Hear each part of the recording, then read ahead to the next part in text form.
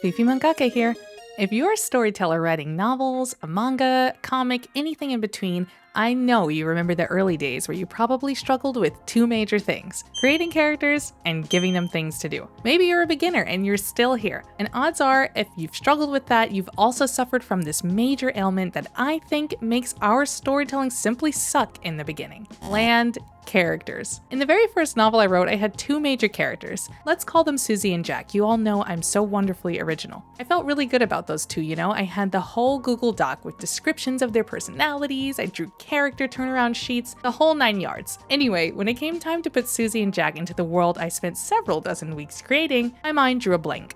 Suddenly, it became so dang difficult to figure out how to make them interact with each other in the world they were in. Actually, why were they even in this world? Like, what even was their purpose? And this made me write a ton of drab, exceptionally boring dialogue that I basically had to pry out of my brain unwillingly. And here's the thing, if Susie and Jack were as vivid as I thought they were, they would have driven the story forward. Not the sheer willpower of a nearly incapacitated Fifi writing a full-length novel on black coffee and fumes. Most of us suck in the beginning stages of storytelling because our characters are bland, underdeveloped, and unbelievable. In the beginning, when we're learning how to write stories, we often rely on surface-level backstories and motivations for our characters. We might assign a tragic event or a single defining trait to justify a character's actions without thinking too deeply about how that might shape a character's identity or personality. This pivotal lapse all but ensures you're going to be in the same situation that I was: writing a story where you have to yank plot out of your brain rather than allowing your character's backstory and motivations to inform their decisions, thus moving the plot forward. It's just easier. I mean, we're already overwhelmed with nearly everything else that goes with building a world, right? Well, I never assign an illness without giving a prescription for it. When you're starting out, to create more believable characters, take some time in the character planning phase to really go deep into your character's world. Delve into their childhood, their past experiences, and the intricate web of relationships that really shape who they are. If you understand the deeper motivations and desires that drive a character, their actions and choices will drive the story forward. You won't have to think so hard about why Susie would make a certain decision or where to place her in your world because you know her. You're well aware of what makes her happy, what makes her tick, and everything in between.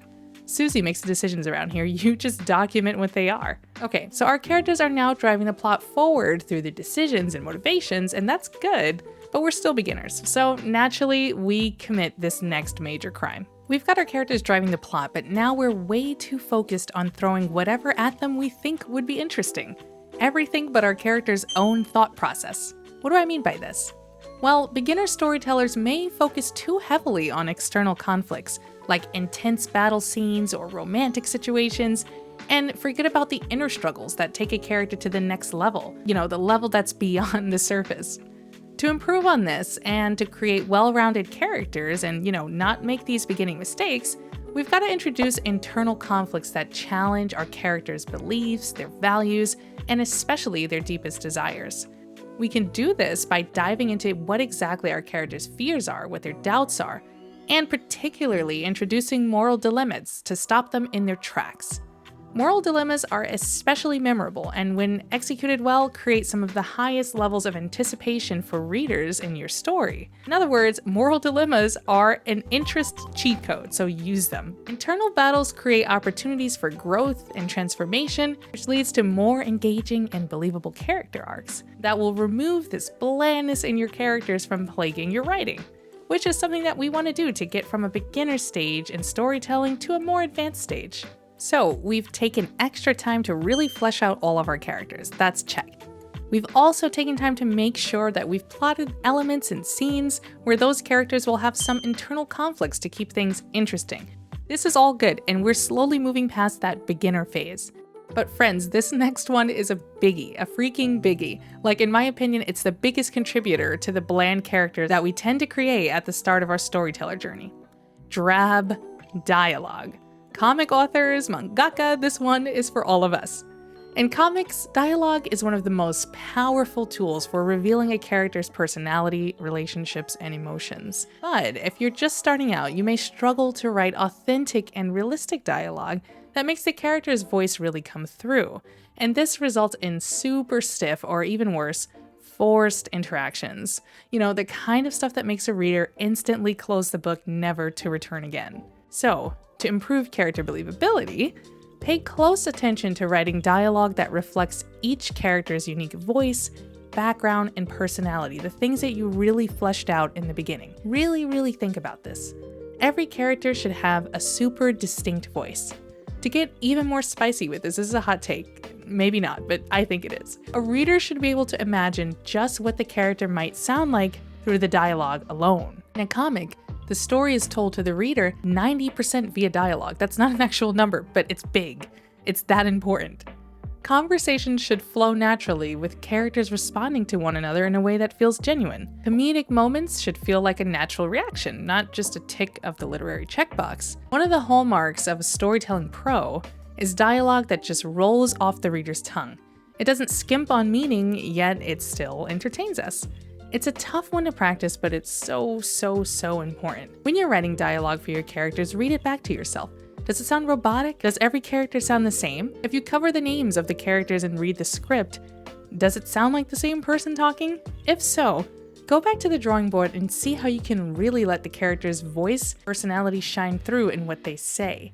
You don't need to skimp out on moving a narrative forward in order to give your characters vocal personality. This is what creates memorable moments. Even though this also applies to novelists and writers in general, this is especially important for my comic authors out there. Before I close this out, I want to go on a little motivational rant.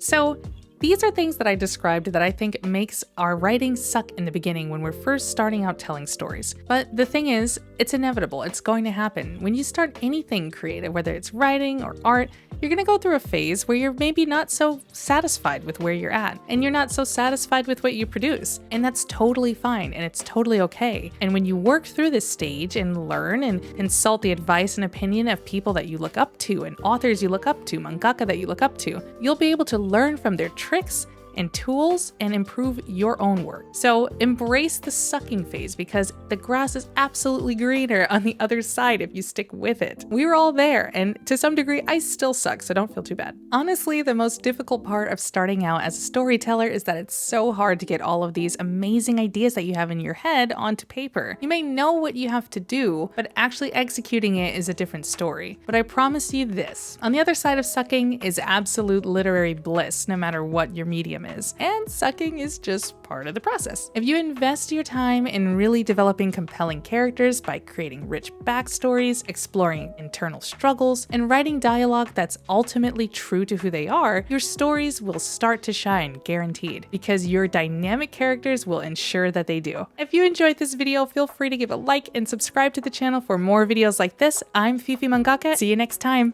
Bye.